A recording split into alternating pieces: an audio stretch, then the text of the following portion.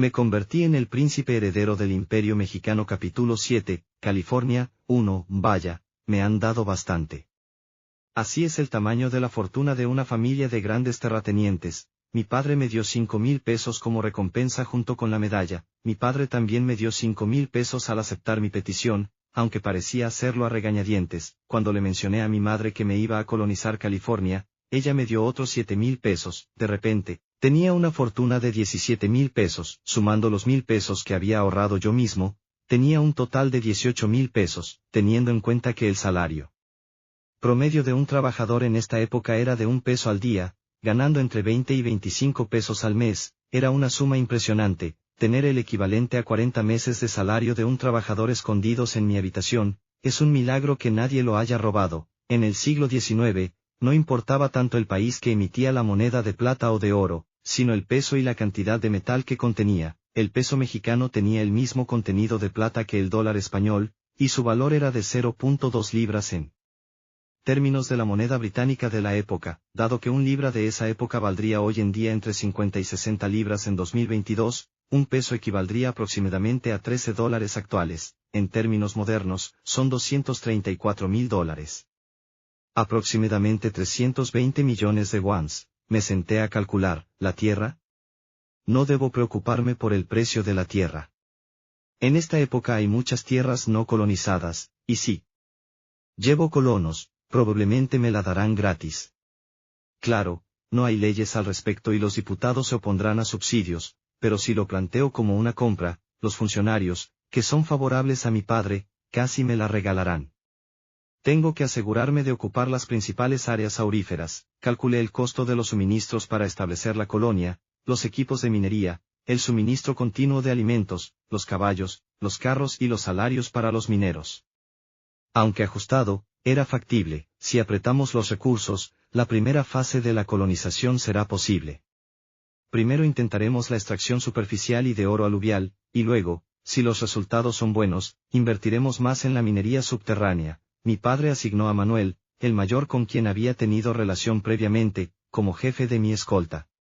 Él estaría a cargo de 2 compañías, cada una con un capitán y 25 soldados, lo que me daba un total de 3 oficiales y 50 soldados como escolta. Con su ayuda, comencé a reclutar familias para ir a colonizar California, al ofrecerles tierra, herramientas agrícolas, comida para el viaje y fondos para sobrevivir los primeros meses. Las solicitudes llovieron. ¿Leí mal? ¿Podrías leerlo de nuevo? ¿Esos términos son realmente ciertos? El príncipe heredero dirigirá la expedición él mismo. ¿Cómo va a ser mentira? En aquella época, era común que se llevara a los colonos casi a la fuerza, así que los términos parecían demasiado buenos para ser ciertos. Solo 2 días después de comenzar el reclutamiento, ya había más de 100 familias inscritas. Aunque el viaje duraba entre 4 y 6 meses, no aceptábamos familias con mujeres embarazadas o niños pequeños. Sin embargo, si tenían caballos y carros, se hacían excepciones. Aparte de eso, solo aceptábamos familias saludables con hijos mayores de edad. Me gustaría aceptar a más, pero no tengo suficiente dinero. Aunque el propósito principal era la colonización, el verdadero objetivo era la minería de oro, así que además de las herramientas agrícolas, también tenía que comprar equipos de minería. También necesitaba preparar maquinaria para extraer y refinar el oro en el lugar. Llevar grandes cantidades de tierra y piedras en carro sería ineficiente. Además, entre caballos, carros, alimentos y los salarios de los mineros, llevar más de 100 familias era inviable. Todavía no me quedo tranquila. ¿De verdad tienes que ir tú mismo? Mi madre me agarró de la mano, visiblemente preocupada. Intenté tranquilizarla. No se preocupe, madre. Volveré en un año. Además, tengo una escolta, no ocurrirá nada. Mi madre no podía evitar estar preocupada. Después de más de 10 años de guerra de independencia, México estaba devastado económicamente y plagado de bandidos. Y además, yo era su primogénito. Solo tenía 4 hermanas menores y un hermano más joven. Siguió aferrada a mi mano, sin dejar de mostrar su inquietud. Madre, regresaré sano y salvo. No se preocupe demasiado. Déjalo ir ya. No me hace gracia que el príncipe heredero del imperio quiera irse hasta California, pero es algo que beneficiará al imperio, y es un adulto. Déjalo hacer lo que quiera. Agustini me dio unas palmaditas en el hombro mientras me daba sus recomendaciones. No olvides que eres el príncipe heredero de este imperio mexicano. Debes priorizar tu seguridad, ¿entiendes? Sí, padre.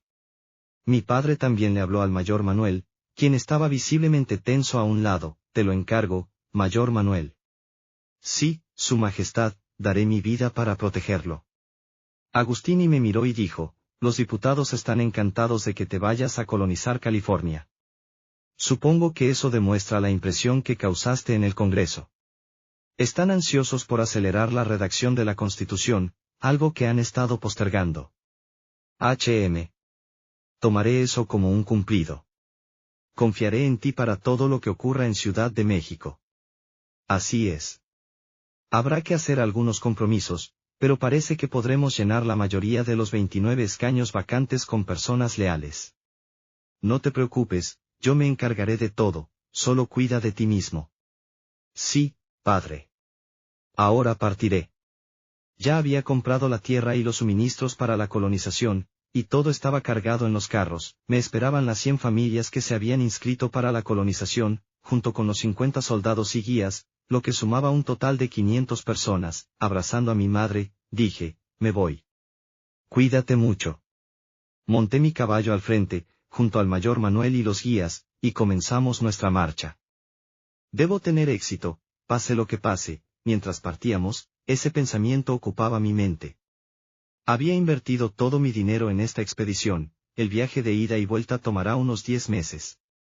Establecer la colonia, encontrar las minas de oro y comenzar a extraerlo tomará al menos 6 meses más. Tengo que asumir que pasaré más de 1 año y medio en esto. Ya habían pasado 3 meses desde que me encontré en este nuevo cuerpo, esos 3 meses los había dedicado a ganar confianza, y si fallaba ahora, perdería casi 2 años. Si perdía 2 años, no tendría el poder necesario para evitar las calamidades que pronto golpearían a México, por ejemplo, la rebelión de Texas, su independencia y posterior anexión a Estados Unidos.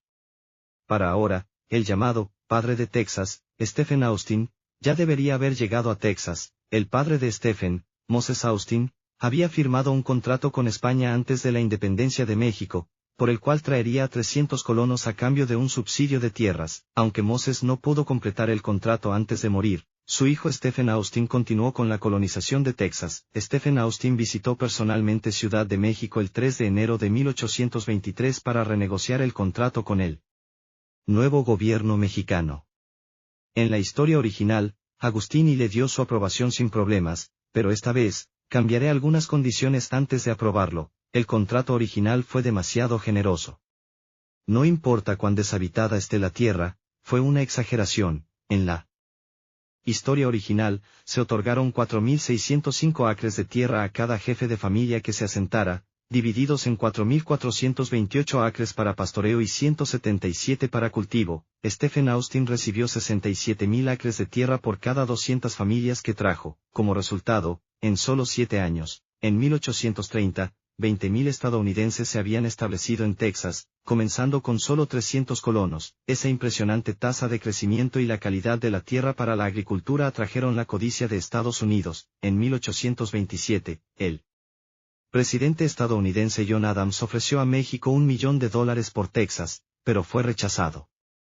En 1829, el presidente Andrew Jackson aumentó la oferta a 5 millones, pero México también la rechazó. Sin embargo, la negativa de México no tuvo ningún efecto. Al final, los estadounidenses en Texas se rebelaron por su cuenta, declararon la independencia y fundaron la República de Texas, para luego anexarse a Estados Unidos. Fue un golpe devastador para México, pero no había nada que hacer, ya que el país carecía de poder. Aunque Estados Unidos aún era joven, para el recién nacido México era como un gigante. México no tenía la fuerza para sofocar la rebelión de Texas, y mucho menos enfrentarse a Estados Unidos. Esta vez, no lo permitiré. Ya le había dicho a mi padre que aprobara la propuesta de Stephen Austin, pero con condiciones modificadas. Está bien que aceptemos inmigrantes y que les demos tierras, pero hay que controlarlo cuidadosamente. Y no podemos darles tanto, reducí a la mitad. La cantidad de tierra otorgada y las recompensas para Stephen Austin, y propuse que los colonos estadounidenses debían ser igualados en número por colonos mexicanos que se asentaran en Texas bajo la supervisión de funcionarios mexicanos. Estas condiciones estaban destinadas a controlar estrictamente a los colonos, debilitar su identidad como estadounidenses y asimilarlos en la cultura mexicana, mientras que se les daba la menor cantidad de tierra posible. Eran condiciones mucho más duras que las del contrato anterior, pero no importaba, si no les gusta, no tienen que aceptarlo. Era mejor que perder Texas, marzo de 1823, mientras la expedición de colonización de California, dirigida por el príncipe heredero Jerónimo Iturbide, avanzaba a través de varias ciudades hacia su destino final, Sacramento. En el Imperio Mexicano se intensificaba el debate sobre la redacción de la Constitución. Los 29 escaños vacantes, resultado de las destituciones por corrupción, se habían repartido mediante compromisos políticos, 20 para los conservadores y 9 para los republicanos. A diferencia del pasado, cuando los republicanos podían frenar el avance del gobierno, ahora que la administración de México estaba acelerando su normalización y el poder del emperador estaba en aumento, los republicanos ya no podían resistir con la misma estrategia. Intentaban redactar la Constitución lo más rápido posible antes de perder más poder, pero Agustini y los diputados conservadores no tenían prisa. 111 escaños. Republicanos contra 90 conservadores. Todavía estamos muy lejos. Sí, Su Majestad. Los diputados republicanos parecen confiar en que aún tienen algo de apoyo, por eso siguen siendo agresivos. Los republicanos presionaban por una monarquía constitucional similar a la de Gran Bretaña, donde el rey o la reina seguían siendo jefes de Estado y tenían poder de veto sobre las leyes aprobadas por el Parlamento, pero el gobierno efectivo recaía en el primer ministro y los ministros nombrados por el Parlamento. A Agustini no le gustaba esa idea. Aunque, como su hijo le había pedido, no iba a presionar de manera extrema y aceptaría un compromiso, todavía tenía algunas cartas bajo la manga. Necesitamos reducir su influencia. ¿Está lista la reorganización? Sí, Su Majestad. Desde que la operación de confiscación fue un éxito, el Congreso no había podido cuestionar el control del ejército por parte del emperador. Más precisamente, lo intentaban, pero no tenían motivos suficientes para restringir el poder militar de Agustini, quien había sido el comandante en jefe del ejército desde antes de la independencia, y no había manera de cambiar la opinión pública. Con el apoyo de los oficiales del ejército central y de los diputados conservadores, Agustini podía movilizar a las tropas a su antojo, y estaba utilizando esa ventaja para elaborar un plan para controlar también los ejércitos regionales. Los comandantes de las fuerzas locales son en su mayoría federalistas que desean la descentralización. La mayoría de ellos apoyan a los republicanos en el Congreso. Agustini reemplazó a varios de los principales comandantes locales que estaban implicados en la corrupción de los diputados destituidos. La justificación fue que no habían gestionado adecuadamente sus tropas. ¿Es aquí? ¿Está seguro? Señalé una zona en el mapa con el dedo mientras hablaba. Sí, estoy seguro. Conozco esta región muy bien. El guía estaba convencido. ¿Es este el lugar donde estaba la capital de California, Sacramento, en mi vida anterior? Entonces, ese debe ser el río Sacramento. Ah. Me sentí conmovido. 5 meses, habían pasado 5 largos meses viajando casi 10 horas al día. Puede que algunos piensen que montar a caballo no es tan agotador, pero después de un rato, resulta bastante incómodo. Pasábamos de montar a caballo a caminar cuando nos dolían la espalda y los muslos, y luego volvíamos a montar, pero al final, hemos llegado sanos y salvos. Era una apuesta arriesgada. Teníamos un guía que afirmaba haber estado en California varias veces y una escolta para protegernos, así que pensé que lo lograríamos, pero solo el viaje tomó 5 meses, teniendo en cuenta los bandidos que abundaban en esta época y los poderosos locales que no reconocían la autoridad del emperador. Cualquier cosa podría haber pasado durante ese largo viaje, pero no hay nada aquí, ¿verdad? Bueno, ahora es cuando empezamos a construirlo todo. Ja. Sí. Comencemos.